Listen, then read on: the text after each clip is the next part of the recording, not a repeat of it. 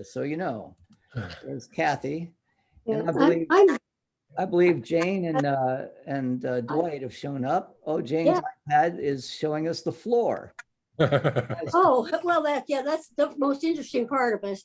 Okay, let's see. Uh, oh, and where do I find that little camera thing? Well, it doesn't matter. It doesn't Oh, matter. well, all right. Can you see us okay? Oh, yeah, I can see you. I can't see anybody but you. Well, that, why would you want to see anybody then? If you go up to the top of your screen, there's where my picture is, and you hover over it, there are little icons that pop up that will allow you to change your screen that way. But let's get started again. I'm really happy to be able to get back and talk with everybody. And this is a really interesting book and not easy. I was telling Will when we were talking beforehand that Crossan is really doing some pretty radical. Some would call it revisionist. He would call it original original interpretation. But the first 70 pages we've read, so and we're through parts 1 and 2. The first 70 pages we've read have been have gone over. Have been done in a rather cursory way, I think. And there are some places where I think he could have been a little bit more elaborate in terms of his explanations. I want to try to go over those today so we're all on the same page with that. But his primary thesis is what we left off with the last time, and that we've been accustomed to thinking about Genesis chapter 2 through 3, which is the fall of humanity into sin. And he is going to make this rather provocative statement that this was not a fall into sin. So let me just read this. It is traditional to think of Genesis 2 to 3 as concerned with obedience and disobedience, human sin and divine punishment, and in a word, the fall of humanity. But of course, none of these words or concepts is ever mentioned in the text. Humankind had chosen to live within the challenge of conscience rather than the delusion of immortality. And by this, he means he's looking at this in the Sumerian context, in the Epic of Gilgamesh, where the moral of the story, so to speak, is not to reach for the golden ring of immortality, but rather to simply accept your lot as human beings. What Genesis does with that, the Yahwist tradition that we're talking about, written around 950 BCE during King Solomon's reign, what Genesis does with that is adds to this the idea of moral responsibility. That is to recognize the one thing that makes us human is not our ability to be immortal. That's just a pipe dream, but rather our ability to live within the parameters and the bounds of our conscience, to make moral decisions. Of course, that assumes some sort of moral category by which you make your decisions, but Crossan doesn't get into that. That's going to come later, of course, with the 10 Commandments, this idea of covenant to which we are moving. So let me just continue to read here. The stories of Eden's tree of eternal life, or Gilgamesh's plant of eternal youth, were not tragedies of paradise lost. And Dwight, I hate to say it, but Milton, created this entire corpus around, according to Crossan, around a misunderstanding of theology, right? They were simply and serenely parables of impossibility. Human destiny did not offer eternal youth, and neither did it offer a happy afterlife. Put another way, Mesopotamia was not Egypt. But what he means by this, Egypt had a cosmology in which people lived eternally afterwards based upon their actions in this life. Mesopotamia, the whole mythology of Mesopotamia, we're talking about Sumer and and Uruk and all of these places that were in existence by at least 2000, if not 2500 BCE, these cities that were built between the Tigris and Euphrates rivers. their first literature, our first narrative literature that we know of, that has been written down, the whole emphasis is on accepting your limitations as a human being, realizing that death is your fate, nothing more. And this is the context that Crossan says we need to read Genesis chapters 2 and 3, because basically the stories we read in Genesis are just borrowed from the Sumerian stories with a little bit of nuance added. So any comments about that? Or and if you're raising a hand, please jump in, because I can never see people raising hands. So, all right. Okay, good. Yeah, go ahead, Kathy. It makes perfect sense of time and place and stories being told and shared across the deserts. And I think we forget sometimes that we need to take context of what was actually happening at the time, and the context also including place and what people knew and heard and shared. And so to me, it makes perfect sense. It doesn't negate or not negate, it doesn't diminish the tales being told, but maybe gives a different emphasis on what those tales may be. Spoken like a true Joseph Campbellite. I know. You know what I mean? I know. You couldn't have been said more perfectly from Joseph Campbell's mouth. You know, and also when you talk about saying the importance of context, Crossan has this wonderful little paragraph. I won't be able to find it, but he says, you know, why did Mesopotamia not create a mythology the way that Egypt did? And he talks about the realities of the way the Tigris and Euphrates rivers were unpredictable in their flood phases, right? And so you were living in a very precarious environment in Sumer in a way that you did not in Egypt, because the Egyptian Nile would flood on a very, very regular basis, you know? And so you get this sense as human beings psychically that in Egypt, that the cosmos is ordered, and your ability to, in some ways, control the Egyptian Nile and its flooding gives you a sense of, you know, your own immortality and godlike nature. In Mesopotamia, that was always going to be, scuttled at one point, right? Because as soon as you think you've got control of the Tigris and Euphrates rivers, as soon as you think you've got control of the growing season, you are going to be frustrated. And it's really interesting. I went back and read the Epic of Gilgamesh, and the very first tablet starts out talking about the wonder of the city. Look at these incredible walls that we've built, and look at how fine a city this is, extolling, you know, the virtues of human ingenuity, almost as if, you know, who but gods could live in this wonderful city called Uruk. And so we have this godlike character named Gilgamesh, who is going to be the representation of every human desire. But ultimately, in the end, Gilgamesh is frustrated, you know, and that's what Crossan wants to say. Later on, Egypt is going to influence, the Jewish mindset, or the Israelite Hebrew mindset. But in these early stories, and it's Genesis chapters 1 through 11, it's known as the mythic chapters of Genesis, mostly because they're borrowed from the Sumerian context and interpreted in their own way. So any other comments about that? Do you all remember the short paragraph I'm talking about, where Crossan is asking, why is it that Mesopotamia didn't develop the way Egypt did? It's a really beautiful little paragraph. Anyway, well, let's move on.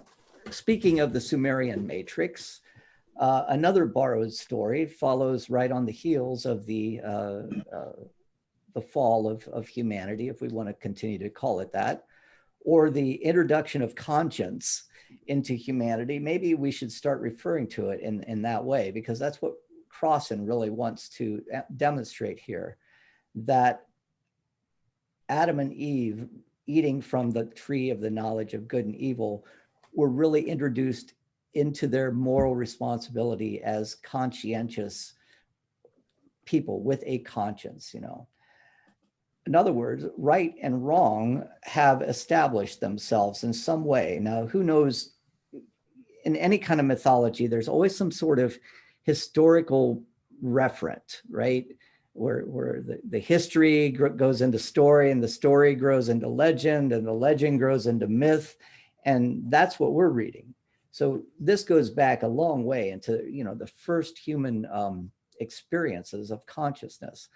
So in the Hebrew Bible, we want to say, okay, after, or the Hebrew Bible wants to say, after this experience of conscience, as Crossan points out, there was the first test of conscience, and that drew upon a story that was already being told in the Sumerian matrix. And it was the classic tale between, you know, as people were moving from their hunter-gatherer cultures into the cities, the conflict that arose between two ways of looking at the world, two cosmologies, two lenses through which to look at the world. One of those was the lens of the shepherd, you know, the domesticator of animals. The other was the lens of the farmer. And I got to tell you, when I read this, I cannot help but think of the dividing line that goes straight down the middle of the state of Nebraska, right? On the east side of Nebraska, you've got the farmers. On the west side of Nebraska, you've got the ranchers, and some of them dabble in both, right? But, you know, you're either one or the other, right? You either have a farmer mentality or you have a rancher mentality. You know, they just look at the world differently. I spent some time in the summer with a family up in the Sandhills. You know, they want nothing to do with farming and big tractors and, you know, all of that stuff. They like getting out with the animals and, you know, branding and raising. And this is a dichotomy that goes all the way back to the beginning of you know, human civilization. And we know Dan, that. Yeah, go ahead. Yeah. If you saw the musical Oklahoma, there's a thing in there where the cowboy and the cowboy and the farmer can't be friends, and Right. there's several verses of that same conflict. Oh my God, I'd You know, forgotten all about the that. farmer and the cowboy can't be friends, and then they say they should be friends, and I don't know how they resolve it, but it's in the musical. Well, I knew there was a reason that I was glad that you showed up today. I'm trying to change my name here. That's great. I'd forgotten all about that. I'm not much of on musicals, or don't know too many of them, but thank you, Jane. You're right. Now I need to go back to where I originally was. I'm sorry. So I made you lose your place. See, that's my function. I can get us off topic very quickly. No, I did not change my name on my little screen here. I was Damon Jensen Heitman. And of course, you know, I want to be recognized as Dan Deffenbaugh, not so much.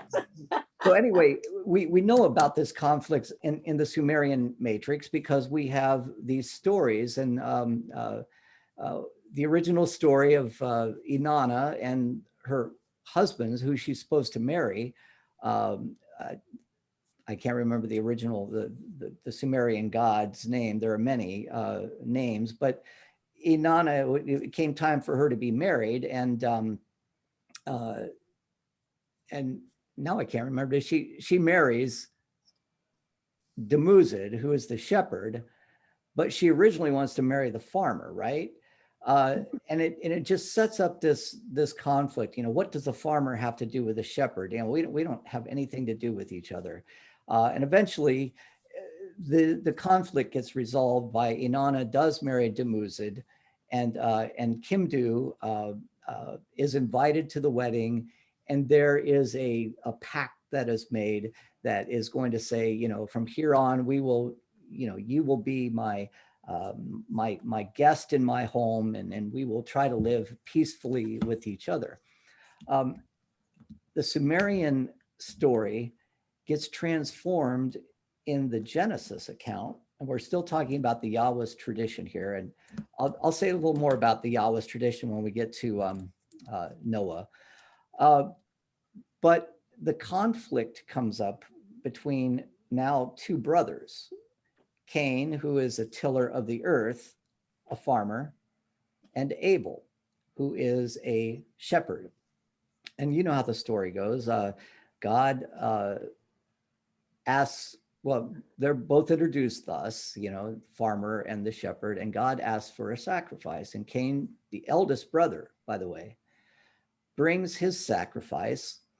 And God says, yeah, pretty good, Cain. I like it. Thank you very much. But Abel, my goodness, here's the sacrifice that I like, right? You brought the fatted calf and a sacrifice to me. And Abel's sacrifice is preferred. And Cain gets all upset about it, right? And God says, well, why are you so upset? As long as you do well, everything is just fine. Well, but Cain can't get it out of his head, and he forsakes his responsibility to conscience, so to speak, and as we know, kills his brother Abel. And then, of course, we know about the mark of Cain. But the first thing I want to point out here, and Crossan points it out and speaks to it rather briefly, is that this story sets up a trope or a theme that's going to run throughout the early patriarchal literature. And the Yahwist tradition that this comes from was a tradition that was written during the time of King Solomon. And Solomon, he really wrote it as kind of a political manifesto to justify, how he came to be king after King David, because Solomon had a brother by the name of Adonijah, who by all rights should have been the king after David died. But then Solomon received David's blessing after, the prompting of Bathsheba. Solomon received David's blessing, and thus the conflict that arose between Adonijah and Solomon was very bitter, but basically Solomon came to be recognized as the king, as the divinely appointed king. So knowing what we know about that, it's interesting that Solomon, who had the Yahwist write this big, long history, taking it all the way up to the time of Solomon, put in this theme that is a challenge to primogeniture.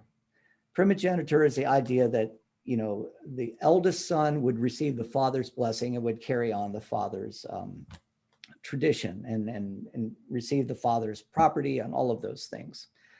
But as you know, as if you heard Damon's sermon this week, which was great, God's ways are not human ways. What we think to be the rational explanation is not always God's explanation.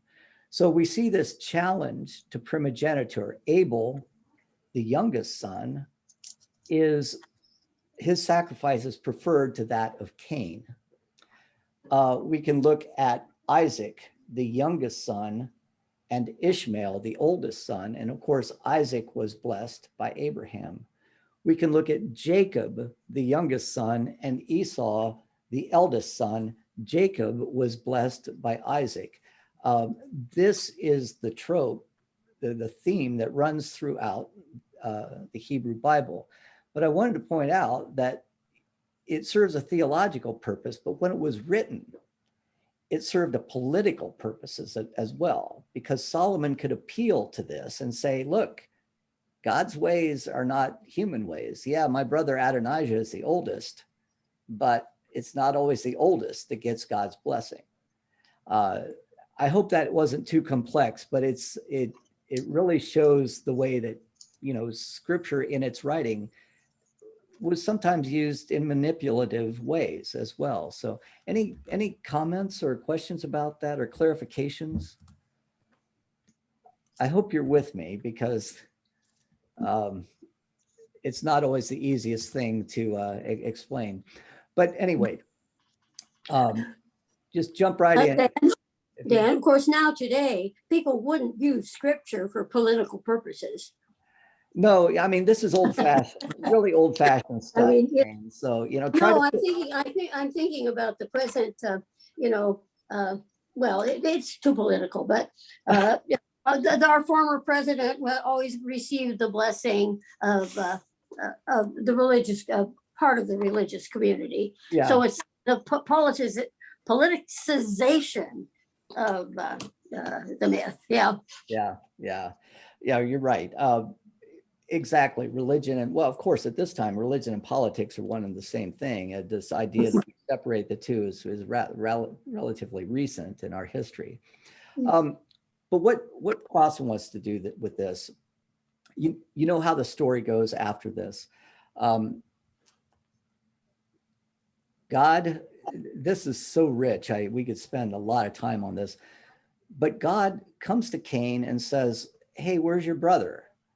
And Cain says, as we know, "I have no idea. Am I my brother's keeper?" This word keeper, the Hebrew word is shamar. And you may remember in Genesis 2-3, or actually Genesis chapter 2, Adam was placed in the garden to be a tiller and keeper of the garden. And the word shamar is used for priests who handle sacred garments, for their priestly vestments.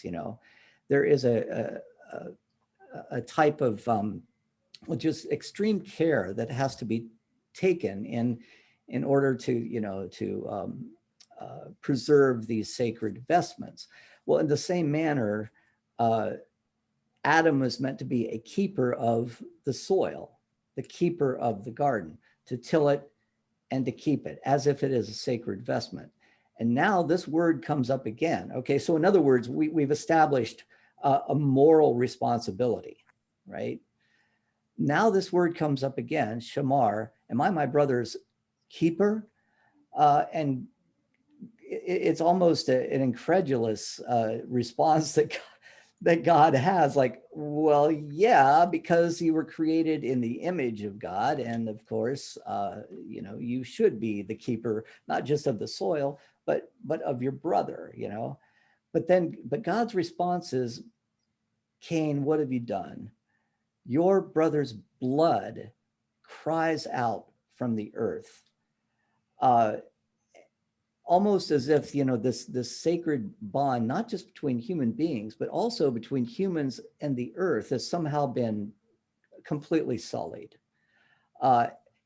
And it's the earth itself that condemns Cain. It's not God, right? And I want to try to find this, because if I can do it here rather quickly.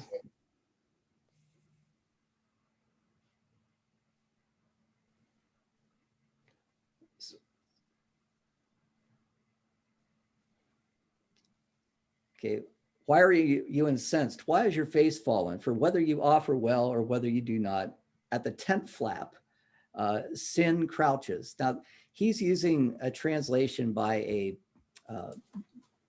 a Hebrew scholar named Robert Alter, who has just actually in the last year published a new translation of the entire Hebrew Bible that is many are saying is much more true to the Hebrew sense of the word in the words in this particular context. The Lord said to Cain, "Where's your brother Abel?" He said, "I don't know. Am I my brother's keeper?" And the Lord said, "What have you done? Listen, your brother's blood is crying out to me from the ground, and now you are cursed from the ground, which has opened its mouth to receive your brother's blood from your hands." So the curse doesn't come from God, right? We often think, well, now that God curses Cain in this.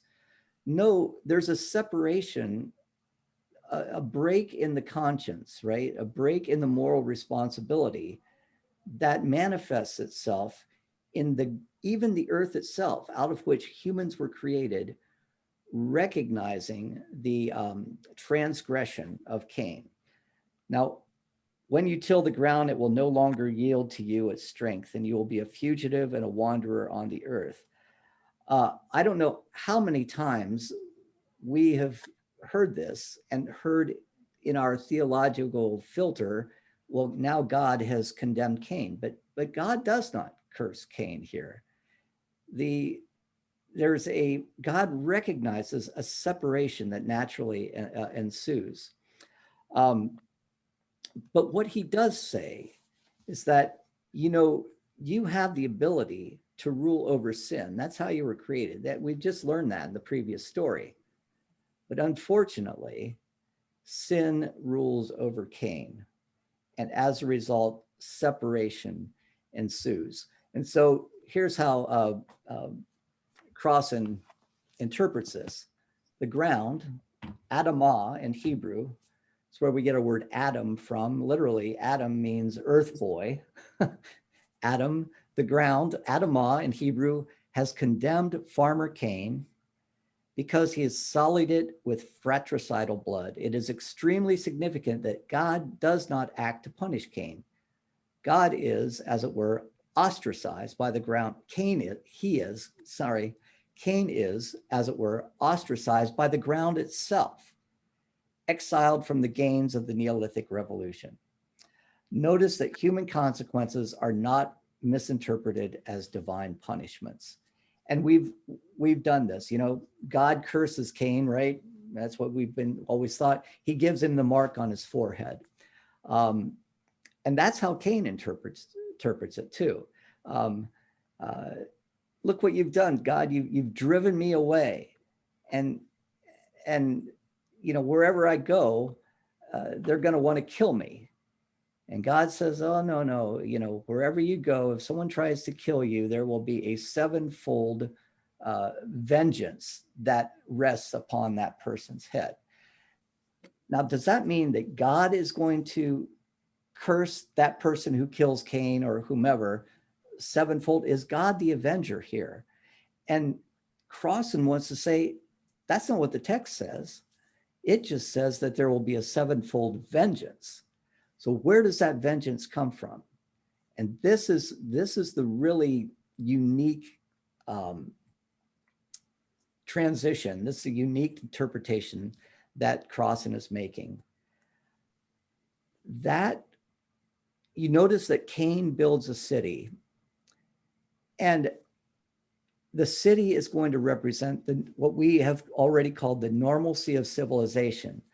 What is the normalcy of civilization but escalatory violence? That violence escalates and only produces more violence. So the sevenfold vengeance that comes onto Cain is not a vengeance that comes from God, says Crossan, but it is a natural outgrowth of the normalcy of civilization that has its start with Cain itself. And this is the place where Crossan gets a little jumbled in his thinking. And when he brings in the lament of Lamech, or often referred to as Lamech. But before I talk about that, I've just covered a lot of stuff. Go ahead, Will. Well, the quote that you have at the bottom of the screen, Yeah. I don't think John Calvin would agree with that. Exactly. No, you're exactly right. I mean, this is why this is not Calvinist in any way. I mean, Calvin would agree that it was disobedience in the garden that brought on sin, and it was, the sin just carried through Cain. And Calvin might even say, had the tables turned, Abel probably would have killed Cain, right? Because of this. But what Crossan is saying here, and maybe I went over it too quickly. Human beings have the ability to rule over sin, to follow their conscience. This does fly in the face of Calvin, right? Or Luther, our will is bound, or even Paul, the good that I do, I cannot do, but Crossan is coming at this from almost a secular point of view. No, the Bible, the Old Testament here, Genesis, God is giving Cain the benefit of the doubt. The Alter translation actually says not you may rule over it or you should rule over it, but you will rule over it, as if God is giving Cain the benefit of the doubt, right? You've got the ability. Now, are you going to make the right decision? And of course, the sin that crouches at the tent flap jumps on Cain, and sin rules over Cain, vice versa. And unfortunately, that becomes the normalcy of civilization. Any other comments? Let me call you back. We're in the middle of a class. I'll call you back in about half an hour. Okay, Jane, call him back. It was my granddaughter. Oh, okay. Any other comments? Dan, Yeah. I was listening to a podcast last week. I think maybe it was Radio Lab. I'm not sure. Jonathan Goldstein, and I don't know if you know of him. I was going to suggest this book, actually. Oh, great. Isn't it great? As you're talking, I'm reading about the Cain and Abel in his last paragraph. It goes back, I think, to what we were talking about. It has nothing to do with sin necessarily, but more the when you're talking about that Sumerian matrix kind of thing. The story is about the earth and coming back, and that we do die, and we don't need to change everything. And anyway, I was going to recommend it to you. I think it's an absolutely fantastic, funny, great way of looking at it. It's called Introducing the Bible, right? Ladies and gentlemen, the Bible. Ladies and gentlemen, the Bible. And put the picture up so people can see it, because I don't know if you can see, but it's a hand that's got a little tiny Bible in it, and it's, of course, in a theater. So what Jonathan Goldstein does, and it's brilliant, he writes the stories from a rather whimsical perspective, and I often, when I taught, I would sometimes use I think that's great. Adam and Eve. Yeah, I've heard him speak before, and I loved it. And actually, on the podcast, he was reading the Adam and Eve story. Yeah. And it was wonderful. So then I decided I had to get the book. But as I'm reading it and reading what we're reading with Cross, and they're just kind of almost going hand in hand down the lane. I highly recommend that one too, unless you're easily offended. Yeah, right. Because he's certainly Jewish, right? And he emphasizes a lot of the Jewish stories that he grew up with. But it's not your mom and dad's Bible. But it's written from a very human perspective. So, any other comments? And please jump in if you would. Okay. Yeah, this is Penny. I'm sorry I've missed you the last couple of weeks. That's okay. I guess I can't help but think that we really have to get out of the Calvinist frame. And I don't even know if Pelagius is going to help us very much to really rethink what happens on a communal level. I mean, I realize that's where Girard plants his notion of sin. But I just keep hoping that we can get out of the cycle of violence. It doesn't have to come in a communal setting in the way that this text seems to present. Right. Penny mentioned Rene Girard there, and I've mentioned him in this class before, but Girard's interpretation of Christianity and of the crucifixion is absolutely novel. He interprets, I'm trying to figure out how to say this in a single sentence. He interprets Jesus' crucifixion as a demonstration of the cold hard fact that violence only perpetuates violence, really. And, I do think that as an anthropologist, he provides a really interesting lens on this.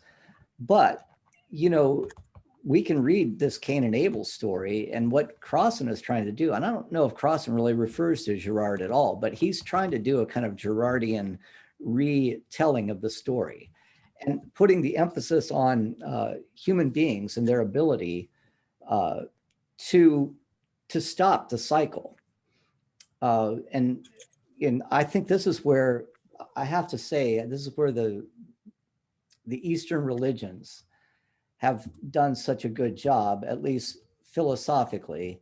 You know, when we think about the religious violence around the world, yeah, we're usually pretty hard pressed to find a place where Buddhists are, you know, however, in Myanmar, there is an issue there, but where Buddhists are really, you know, pushing their theological beliefs and killing people as a result of it.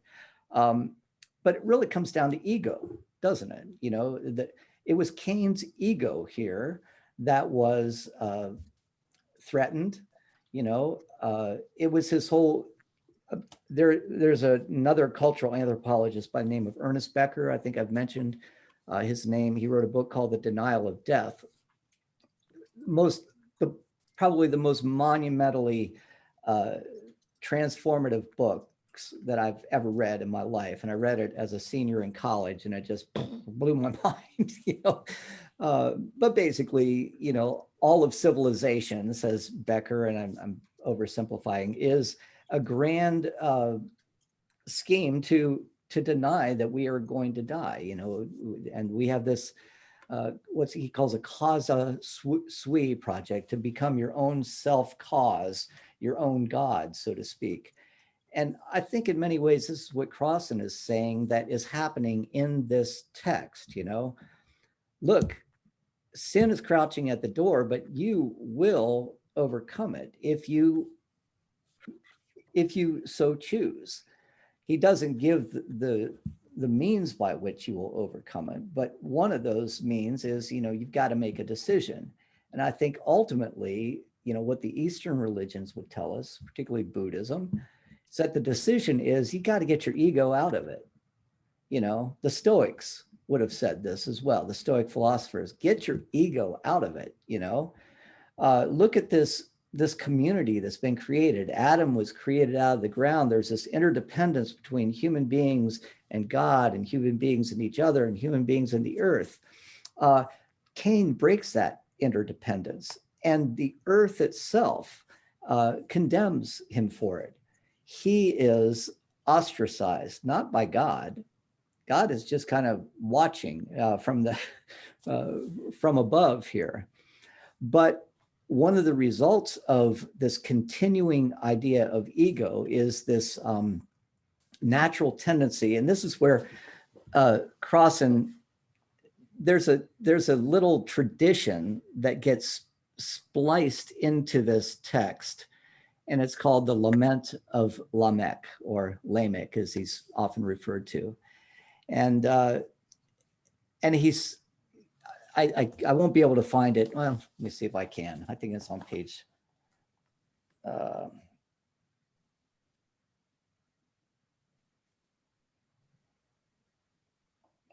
Excuse me.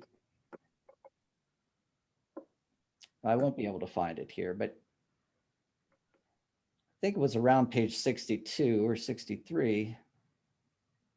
Oh, here it is. Okay. And Crossan gets into the whole structure of, you know, the Hebrew poetry here, and does not really, I don't think, I had to read it 2 or 3 times to get what he was trying to say, but he doesn't really state his point so well. But he talks about this little, it's almost an aside in the Cain and Abel story about, you know, a great grandson, but it is 4 generations removed from Cain. And what Lamech says here is what Crossan is going to establish as an indication of how violence escalates upon itself. Okay. Ada and Zillah, I'm on the bottom, I'm on page 64. Oh, hearken, my wives, you wives of Lamech, give ear to my speech. There's that parallelism that he talks about. And then actually I'll do it the way he says, excuse me. For a man have I slain for my wound, a boy for my bruising. For sevenfold Cain is avenged, and Lamech 77. Okay, so you're 4 generations removed. Cain is avenged sevenfold, right? Think about this in terms of tribal warfare, especially Native Americans in the Great Plains. If a Sioux warrior, for example, was killed by a Pawnee, as was often the case in this part of the country, it was incumbent upon the Pawnee, it was almost, inevitable that they would have to kill 7 or 8 Sioux warriors to avenge the death of the one Pawnee. All right, now you've killed 7 or 8 Sioux warriors, and now the Sioux feel it incumbent upon themselves to go and kill 20 Pawnee, and then the 20 Pawnee have to kill more and more and more. And this is how violence escalates upon itself. And if we allow ourselves to get on that hamster wheel, that cycle, look what has happened in the 4 or 5 generations that have transpired since Cain. Now Lamech, because of his transgression, is going to be avenged by those that he's offended 77 times. And what Crossan is trying to say here is that's the normalcy of civilization. That's what cities do in a broad sense, not urban areas, but that's what civilization does. It creates this, this justification that, violence needs to be avenged extra violently. And it's this reason it's helpful for us, because when we think of Leviticus, we always think of it from a different perspective, that an eye for an eye and a tooth for a tooth, should be the recompense of if somebody loses an eye, then the person who is responsible must also lose an eye. And we think, boy, that sounds kind of, that sounds almost barbaric, but it was really civilizing, if I can use that term, because what it meant is that no more than an eye should be taken for the eye that was lost. All right, so your son lost an eye because of, somebody from a neighboring tribe has, now you want to go over and kill the son who, no, that's wrong. Follow your moral duty and your conscience here is what, Leviticus is trying to say. No more than an eye for an eye, no more than a tooth for a tooth. And Crossan makes just a kind of a side comment about this at all. But in all of this, what he's trying to say, this escalatory violence is not inevitable. And here's the quote that he has that's so important. The normalcy of civilization is not the inevitability of human nature. It's not our human nature to be violent. That's a learned response that is, this is Jean-Jacques Rousseau all over again. It's the structure of society. Society is to blame, so we'll be charging him too. The mark of Cain, escalatory violence, is on humanization, not on human nature. Now, what you brought up, Will, is that Calvin would disagree with that.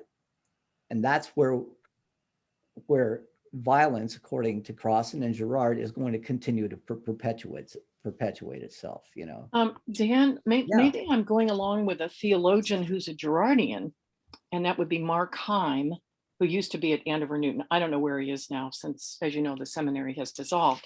Yeah. But I thought maybe Minnesota. it's Mark's view rather than Girard's view. I've read some of Girard, but not that much, and it was long ago.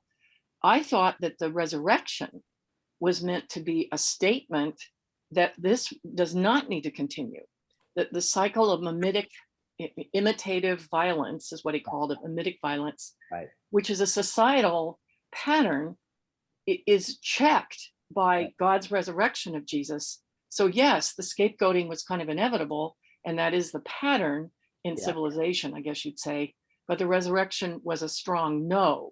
This does not have to happen. Now, maybe that isn't Girard. Well, that's maybe not it's more Girard, Mark Heim. I don't know. No, that is Mark. Mark Heim does say that, and that's Okay. Girard didn't consider himself a a believing Christian. Right. No, I He was just understand a that. straight Right. secular anthropologist. But Heim's response, and he writes on the violence of the crucifixion, an excellent book. I can't. It's very expensive. Well, I just read 2 articles in the Christian Century, which I can get for you, and you can send them out to everybody. Oh, yeah, that'd So be that great. people could read it and they get a quick sense of Girard and also where Heim is taking it. But you're right, it's not Girard probably. But see I never was quite sure. But what Girard is going to say is that the resurrection allows for an otherworldly response or another worldly solution to a worldly problem. It's only by God's will and it's only by God's power that that Christ is resurrected. So until such a time as the kingdom comes, we still have to mess with this violence, which is part of our sinfulness. And that's where Girard would tell Heim he's got it wrong. No, unless the crucifixion is the focus, then we're never going to recognize the power of what that crucifixion says about. Well, let me just so Girard says the real power of the crucifixion is that for the first time in history, we are able to witness the story of redemptive violence from the perspective of the victim. It was always told prior to this time that, if there was a conflict between 2 groups, if you sacrifice somebody, usually a scapegoat, put the blame on them, it would eliminate the conflict. But that was always wrong because the conflict would always just perpetuate itself. But what Christianity did, according to Girard, is it told the story of redemptive violence from the perspective of the innocent victim, from the perspective of the scapegoat. You see what I mean? And that's the power of it right there. So, and I think this is, whether Crossan is talking about Girard or not, he's at least in Girard's camp a little bit here. But in our last 10 minutes, I just want to very briefly talk about where we are going. I was hoping to get through this chapter today, but Crossan arrives at 4 conclusions on escalatory violence that I think are good transitions. First of all, sin occurred originally not in the divine garden of Genesis 2-3, but in the human field of Genesis 4. That is where the decision to kill another, to go against conscience, was made. Sin in Genesis 4 is not a flaw in creation, but in civilization. That's important, right? It's not a flaw in creation, but in the civilization that Cain creates out of this, his kind of psychic perspective. Original sin is not about individuals and sex. That's good news, right? Tell the Puritans that one. Hester Prynne would be happy to know this, but it's about communities and violence, And then sin is not escapable. Here's the main point. It's not escapable or irresistible. You will rule over it, says God in Genesis 4:7, as a divine wager on human conscience. God is fully convinced that God's creation, these human beings, can overcome, if I can use the term that Crossan doesn't use, can overcome, their obsession with ego. However, something unfortunate happens, and I won't get a chance to really go at this in much length, but going back to the Sumerian matrix, there are a lot of shared flood stories as well. And we have to wonder what the psychic origins of these were. Many have suggested that, myths usually have some sort of historical anchor that gets developed over time into some universal story. And perhaps, at the end of the last ice age, when glaciers were melting all over the place, there was the remembrance, the memory of a time when the waters would rise. And these evolved over time into the flood stories that we now know. In the Sumerian flood story, very similar to what we find in Genesis, the gods decide by decree that they're going to destroy humanity, and they're going to do it via a flood. In the Akkadian story, the decree is that the gods are going to, and I like this one, they're just destroy humanity because there's just too much chatter going on here. You know, it's like a teenage parents, you know, parents of teenagers. You turn that music down, you know, just say, oh, let's just destroy them all. And so in the Akkadian story, it's Atrahasis is the man who builds a boat and saves a portion of humanity and a portion of you know, the animals on the earth. Well, this story gets transformed into two accounts in Genesis. First, there's the Yahwist account, which was written around 950. But then about 400 years later, 400 to 500 years later, the story is told again in what's known as the priestly literature. So when we read the Pentateuch, or really much of the Old Testament, there are strands of literature that get kind of interwoven with each other by a later editor. And we can see this, and I'll start with this next time when we come back. We can see this because the stories, if you separate them out, don't quite match up. You know, in the Yahwist account, I believe it's the animals are taken 2 by 2, but in the priestly account, they're not taken 2 by 2. But the reason that the earth is destroyed by God in the Genesis account is that there's too much violence. It's not that there's too much noise. It's not because God just kind of, you know, haphazardly decides, well, it's time to destroy, as in the Sumerian account. But no, the violence has just escalated way beyond control. And you know the story, Noah takes his family and takes the animals on the ark. The water subside after 40 days. They alight on Mount Ararat, and there Noah starts Eden all over again. He sacrifices to God, and then plants a vineyard. And then a covenant is made. And I'm going over this quickly. We'll talk about it next time. A covenant is made where God says, I will never destroy the earth in this manner again.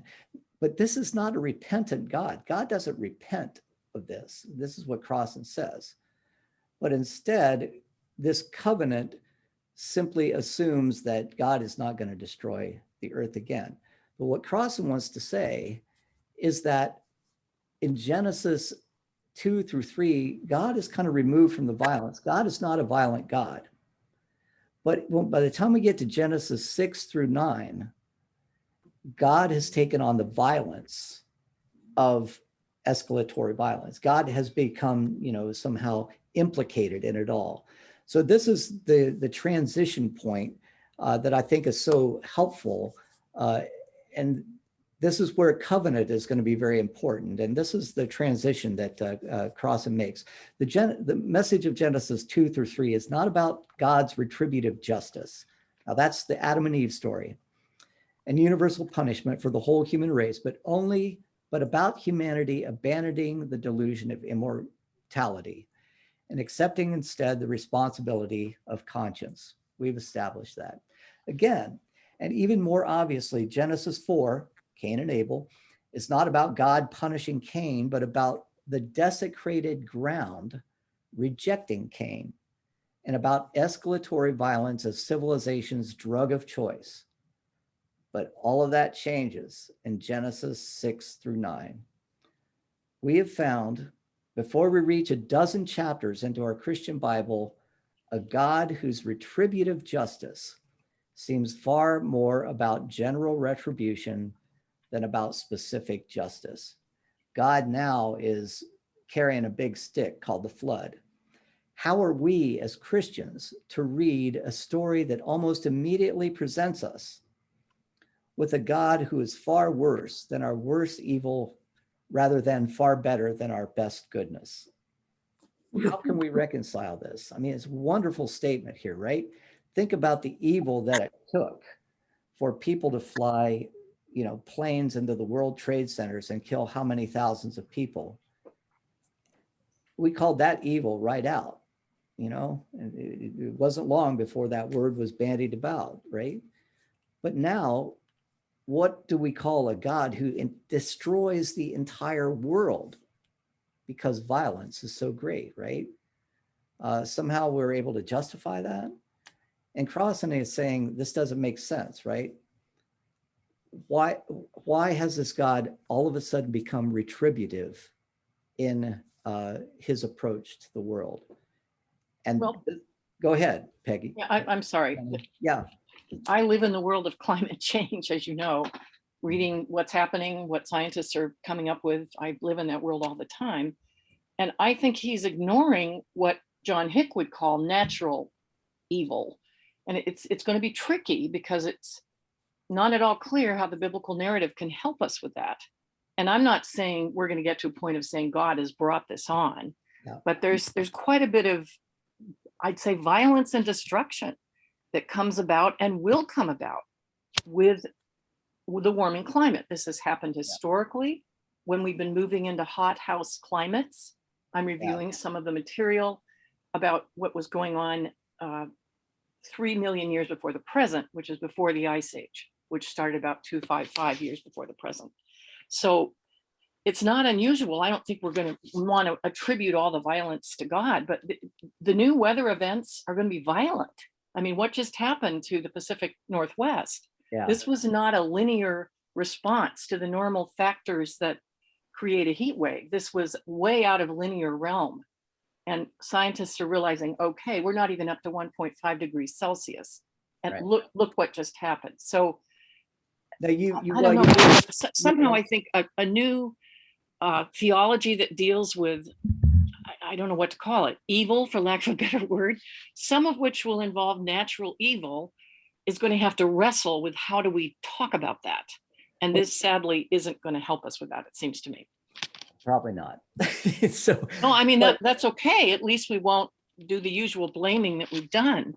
Well, one thing I want to say is that you bring up a very difficult question, right? When you have absolutely no time to talk about it. Of course, I love doing that, Dan. But let's establish something. John Hick believes that there's something called natural evil, right? But maybe that's not. Maybe it isn't. It's not helpful to call it evil. Well, something else maybe is a better ontological term. I don't know. Go ahead. Sorry. But if you have to establish, is evil the result of an act of will? Well, I would say we would say that.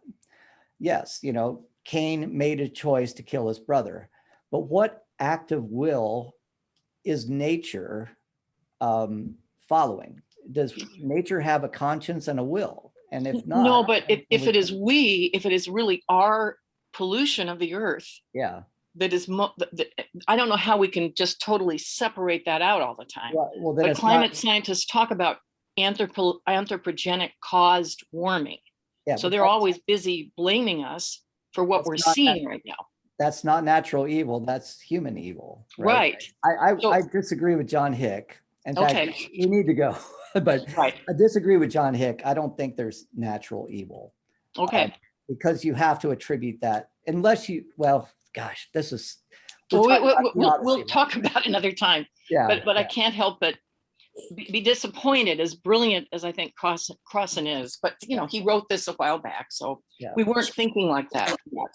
We will start with this next time, and we'll try to keep it to about 15 minutes or so. Sorry to throw a wrench in the works. No, that's okay. At least you have Thursday to work on it, Dan. Yes, exactly. Well, are there any other comments before we take off?